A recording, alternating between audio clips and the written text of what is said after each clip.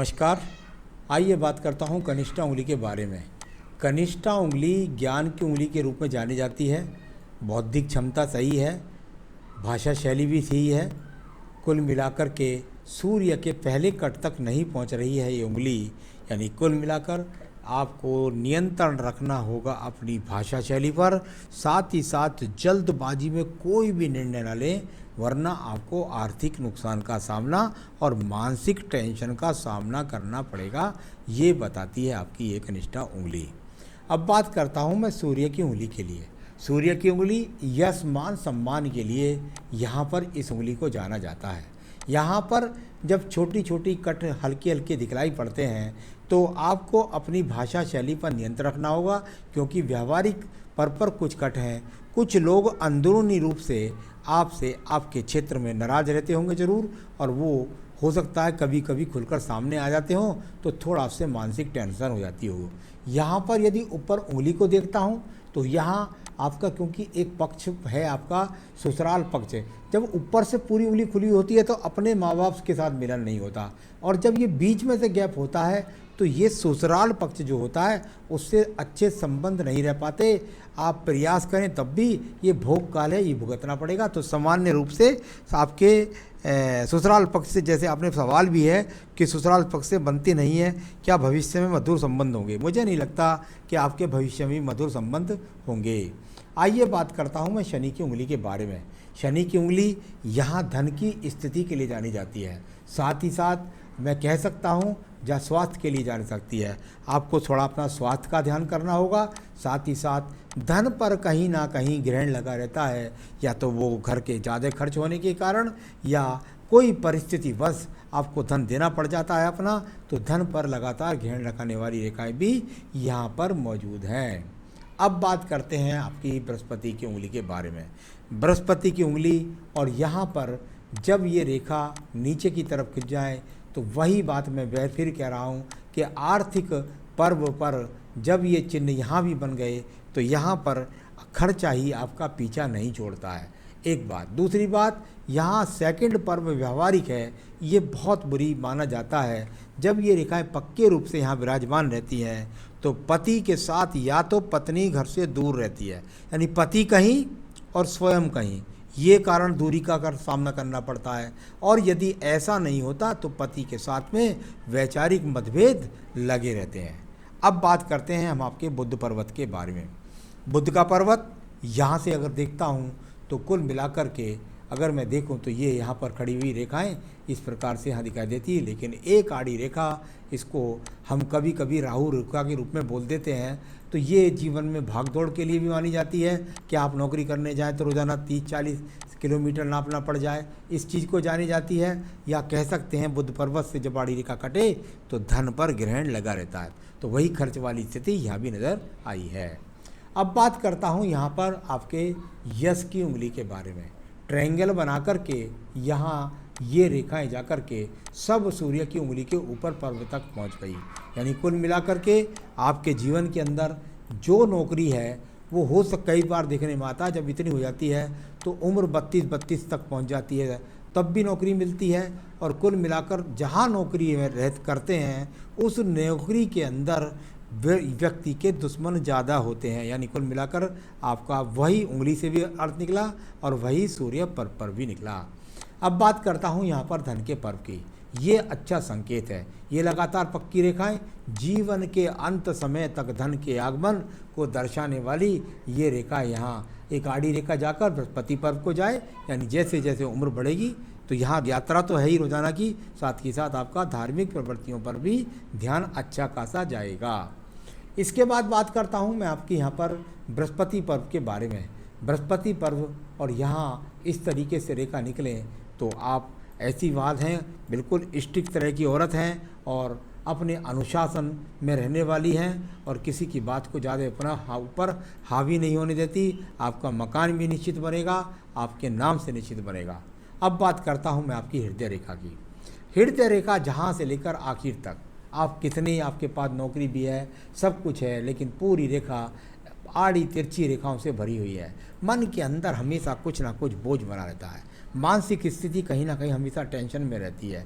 ऐसी यहाँ हृदय की पीड़ा को दर्शाने वाली रेखाएं, इनको हम रोग रेखा के रूप में भी मान सकते हैं।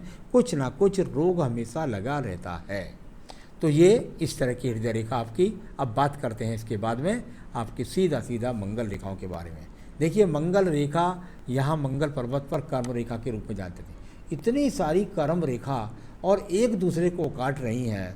आसान नहीं है आपका जीवन। आपका जीवन के अंदर बहुत संघर्ष करती हैं, बहुत मेहनत करती हैं। उससे निकल कर के रेखाएं जब जाएं तो इनके अर्थ मुझे ज़रूर बताने पड़ेंगे कि इनके क्या अर्थ हैं। यहाँ से निकले तो दूर स्थानों तक भाग दौड़ करनी पड़ती है।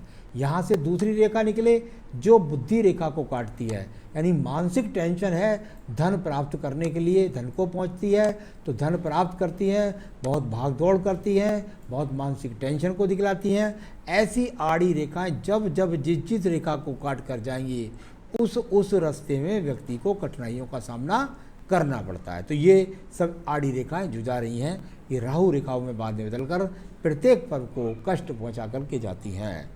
अब बात करता हूं मैं इसके बाद में आपकी बुद्धि रेखा की।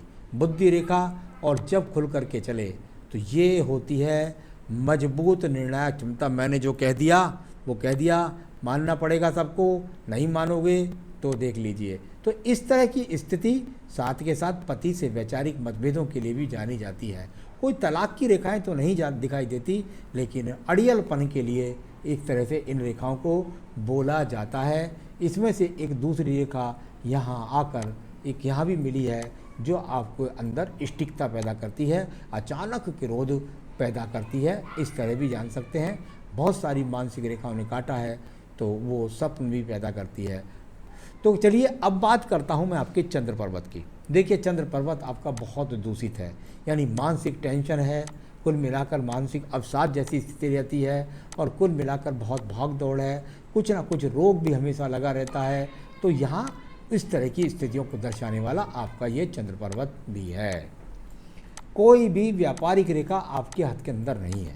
कुल मिलाकर आपको मानसिक टेंशन से बचना होगा। यहाँ बहुत ज़्यादा दूषित रेखाएं और साथ ही साथ रोगों को निमंत्रण देने के लिए रेखाएं बनी हुई हैं, इनसे आप बचिएगा। अब बात करूँगा इसके बाद आपकी भाग्य रेखा की। देखिए भाग्य रेखा और यहाँ से देखें तो इस तरीके से ये चली और यहाँ पर ये जीवन के इस अवसर पर देखिए एक रेखा, यहाँ पर देखिए ये जीवन का है लगभग आपका ऐसा समझिए कोई 10, 20, 30, 40, 42वें वर्ष पर कोई प्रमोशन की ज़्यादा स्थिति। यहाँ पर 42 से 44वें वर्ष में किसी प्रकार का बड़ा प्रमोशन। तो ये स्थिति शुक्र पर्व देखिए कितना ज़्यादा पीड़ित है आपका शुक्र पर्व।